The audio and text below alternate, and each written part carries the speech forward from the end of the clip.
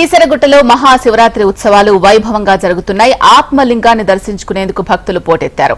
ఆలయ ప్రాంగణంలో 101 శివలింగాలకు భక్తులు అభిషేకాలు, ప్రత్యేక పూజలు నిర్వహిస్తున్నారు. కీసరగుట్టలోని ఆత్మలింగ విశిష్టతపై మరింత సమాచారాన్ని మా ప్రతినిధి గౌరీ అందిస్తారు.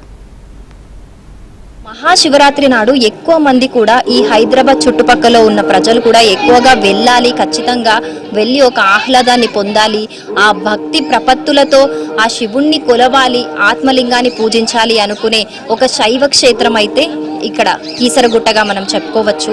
ఈ శైవ క్షేత్రంలో ఒక స్థల పురాణం అయితే చెప్పబడింది. అదేంటి అంటే శ్రీరాముల వారు రావణ సంహారం చేసిన తర్వాత అలా వెళ్తూ ఉండగా సీతమ్మ వారు అలాగే ఆంజనేయ స్వామి వాళ్ళందరూ అలా వెళ్తూ ఉండగా ఇక్కడ కీసరగుట్టలోని అడవి ప్రాంతాన్ని చూసినప్పుడు ఎంతో ఆహ్లాదకరంగా అనిపించిందట ఇక్కడి వాతావరణం. అందుకని ఇక్కడ ఒక ఆత్మలింగాన్ని ప్రతిష్ఠించాలి అని రాముల వారు తలచారట.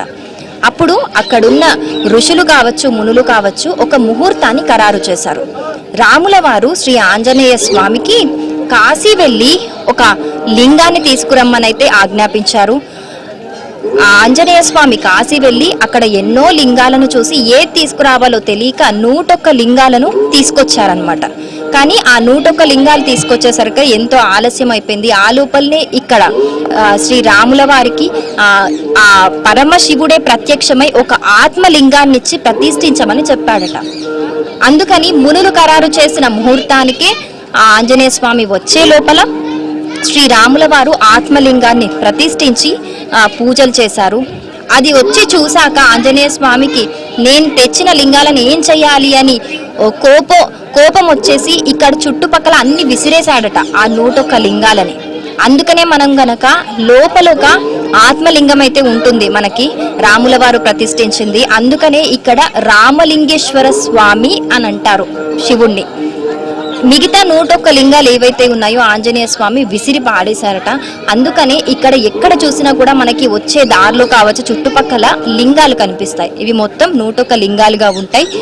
కీసరగుట్ట చుట్టుపక్కల ప్రాంతాలే కాకుండా చుట్టుపక్కల గ్రామాల్లో కూడా ఇవి విసిరినప్పుడు పడిపోయాయట. అక్కడ కూడా చిన్న చిన్న ఒక శివాలయాలనైతే చాలా మంది కట్టుకొని ఉన్నారు.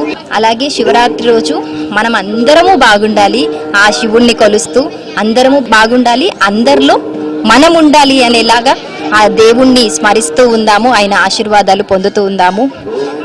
హెచ్ఎంటీవీ ప్రేక్షకులందరికీ కూడా మహాశివరాత్రి శుభాకాంక్షలు. కెమెరామ్యాన్ శ్రీశైలంతో జోర్దార్ గౌరీ.